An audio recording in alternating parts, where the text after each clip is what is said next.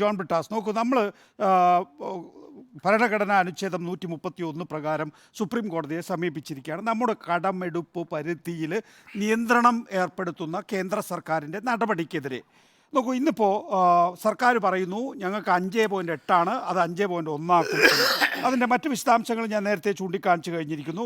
47 ലക്ഷം കോടിയുടെ ചിലവ്, അതിൽ 17 ലക്ഷം കോടിയും കടം, 47 ലക്ഷത്തിൽ 12 ലക്ഷത്തോളം കോടി നമ്മൾ ഇനിയിപ്പോൾ പലിശ ഇനത്തിൽ വരുന്നു. വളരെ ചുരുങ്ങിയ തുക മാത്രമാണ് നമുക്ക് ചിലവഴിക്കാനുള്ളത്. ഇതാണ് സെൻട്രലിൻ്റെ അവസ്ഥ. അതേസമയം 5.8 നിന്ന് 5.1 ആക്കുന്നു മാത്രമേ ഉള്ളൂ. നമ്മളെ സംബന്ധിച്ചിടത്തോളം 3-ൽ നമ്മുടെ ഫിസ്ക്കൽ കൺസോളിഡേഷൻ നിലനിർത്തണം എന്നുള്ള ആവശ്യവും ഉന്നയിച്ചിരിക്കുന്നു. കിഫ്ബി കുഴിച്ചാൽ പിന്നെ 2.5% മാത്രമേ ഉള്ളൂ. അപ്പോൾ അത് 3 എന്നുള്ളതിൽ നിന്ന് 2.5% മാത്രമായി കുറയുന്നു എന്നുള്ളതാണ്. 75,000 കോടി രൂപ 50 വർഷത്തേക്ക് ഇൻട്രസ്റ്റ് ഇല്ലാതെ നൽകും. പക്ഷേ സാമ്പത്തിക പരിഷ്കാരങ്ങൾ നിലയിലാണ്. ജോൺ നേരത്തെ ചൂണ്ടിക്കാണിച്ചതുപോലെ 1.5% കൂടി എടുക്കാം നിങ്ങൾക്ക് പവർ സെക്ടറിൽ റിഫോം ഉണ്ട് എങ്കിൽ. നോക്കൂ, ഇതിനകത്ത് എന്തെങ്കിലും തെളിഞ്ഞു വരുന്നുണ്ടോ എന്നുള്ളതാണ്. സുപ്രീം കോടതിയിലും 8-ാം തീയതി നിങ്ങൾ സമരം ചെയ്യാൻ പോകുന്നുണ്ട്. അവിടെ എന്തെങ്കിലുമൊക്കെ തെളിഞ്ഞു വരുന്നുണ്ടോ?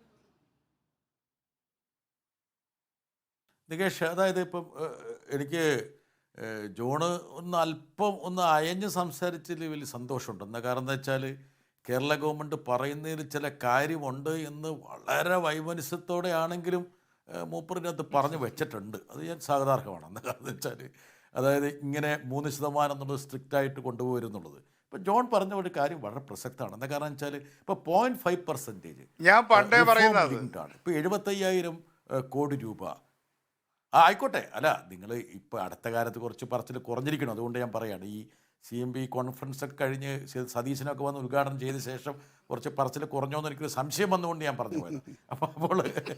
അപ്പോൾ 75,000 കോടി രൂപ 0.5 നിങ്ങൾ തിരുവനന്തപുരത്ത് മത്സരിക്കണ്ടോ എന്ന് എനിക്കൊരു സംശയം. ഇപ്പോൾ കേരളം പോലുള്ളൊരു സംസ്ഥാനം അതിന് ബ്രിട്ടാസ് മറുപടി പറയുന്നില്ല. ബ്രിട്ടാസ് അത് കേൾക്കുന്നുമില്ല, എന്താണെന്നറിയില്ല. അവിടെ ഇയർഫോണിന്റെ എന്തെങ്കിലും പ്രശ്നമാണോ? അല്ല, നിയമം കഴക്കൂട്ടം കൊച്ചുവേളി വേളി പട്ട അല്ലല്ല, ഞാൻ ഇനി വീണ്ടും ചെറുതും കൂടെ പറയുന്നുണ്ട്. അപ്പോൾ അതിനുശേഷം മണ്ഡലം മാറ്റാതിരിക്കാൻ വേണ്ടിയിട്ട് ജോണിനെ ഞാൻ ജാഗ്രതപ്പെടുത്താം. അതായത് നികേഷ്, അതായത് കേരളം പോലെ സീരിയസ് ആയിട്ട് വരട്ടെ. അതായത് ഈ ചർച്ച അലമ്പാക്കണമെന്ന് ജോണിന് എന്തൊരു ആഗ്രഹമുള്ള പോലെ ഞാൻ കാണുന്നുണ്ട്. അതായത് റിഫോം ലിങ്ക്ഡ് ആയിട്ട് പറയുന്ന സംഭവം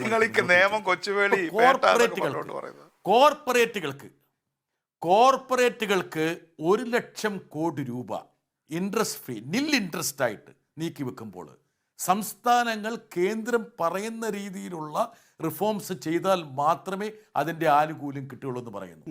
ഇപ്പോൾ ഞാൻ നേരത്തെ സൂചിപ്പിച്ച പോലെ ഒരു വലിയൊരു കൺസെൻസസ് വേണ്ട ഒരു സംസ്ഥാനങ്ങളിൽ ഒന്നാണ് കേരളം. അതുകൊണ്ട് നമുക്ക് ഏകപക്ഷീയമായിട്ട് കേന്ദ്രത്തിന് ഡിക്റ്റാറ്റ് അനുസരിച്ചിട്ടുള്ള റിഫോംസ് നടപ്പിലാക്കാൻ പറ്റില്ല. പിന്നെ ഈ വാക്കും പ്രവൃത്തിയും തമ്മിലുള്ള അന്തരം 3% എന്ന് ശഠിക്കുമ്പോൾ ഞങ്ങൾക്കത് ബാധകമല്ല.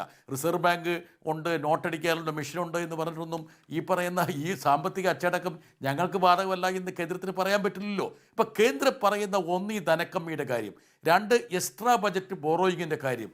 ഇപ്പോൾ ഞാൻ നേരത്തെ സൂചിപ്പിച്ചു, നാഷണൽ ഹൈവേ അതോറിറ്റി മാത്രം എടുത്തിരിക്കുന്ന ലോൺ എന്ന് പറയുന്നത് 3 ലക്ഷം കോടിക്ക് അപ്പുറത്താണ്.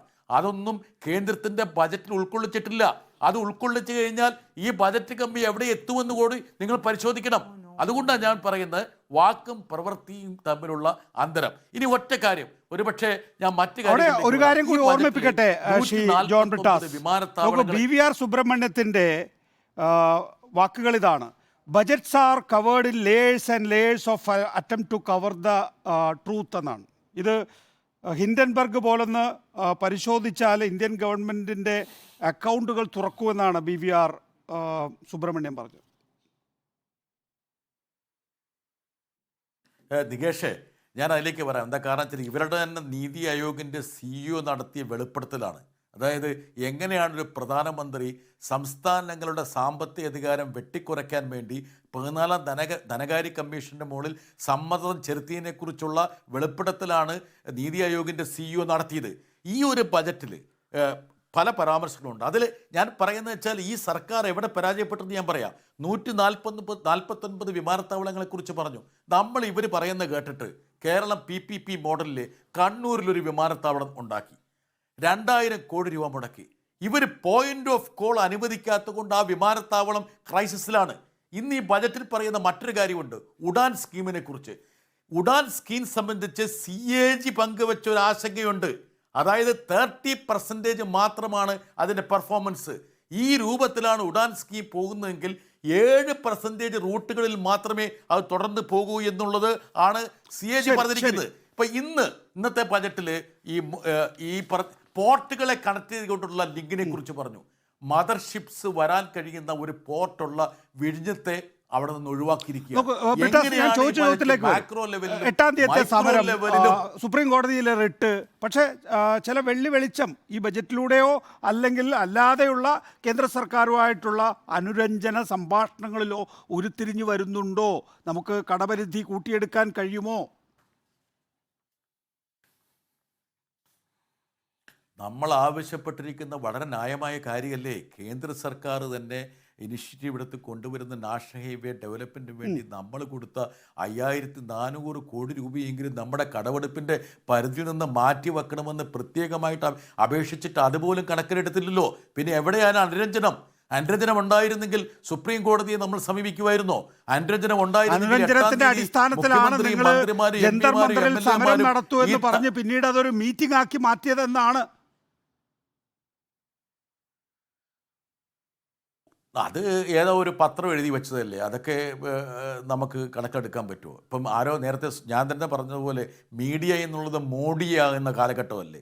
അതായത് ഈ എന്നുള്ള വവ്വല് മാറി ഓ എന്നുള്ള വവ്വല് മോഡിയായിരിക്കും. പണ്ട് ഗോദി മീഡിയ മാത്രമായിരുന്നു, ഇന്ന് മോഡിയ മാത്രമായിരുന്നു.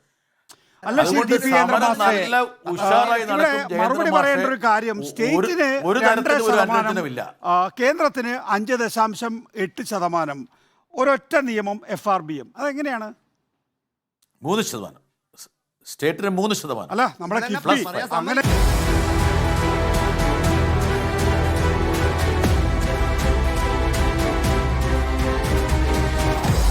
Debate with MV Nikesh Kumar.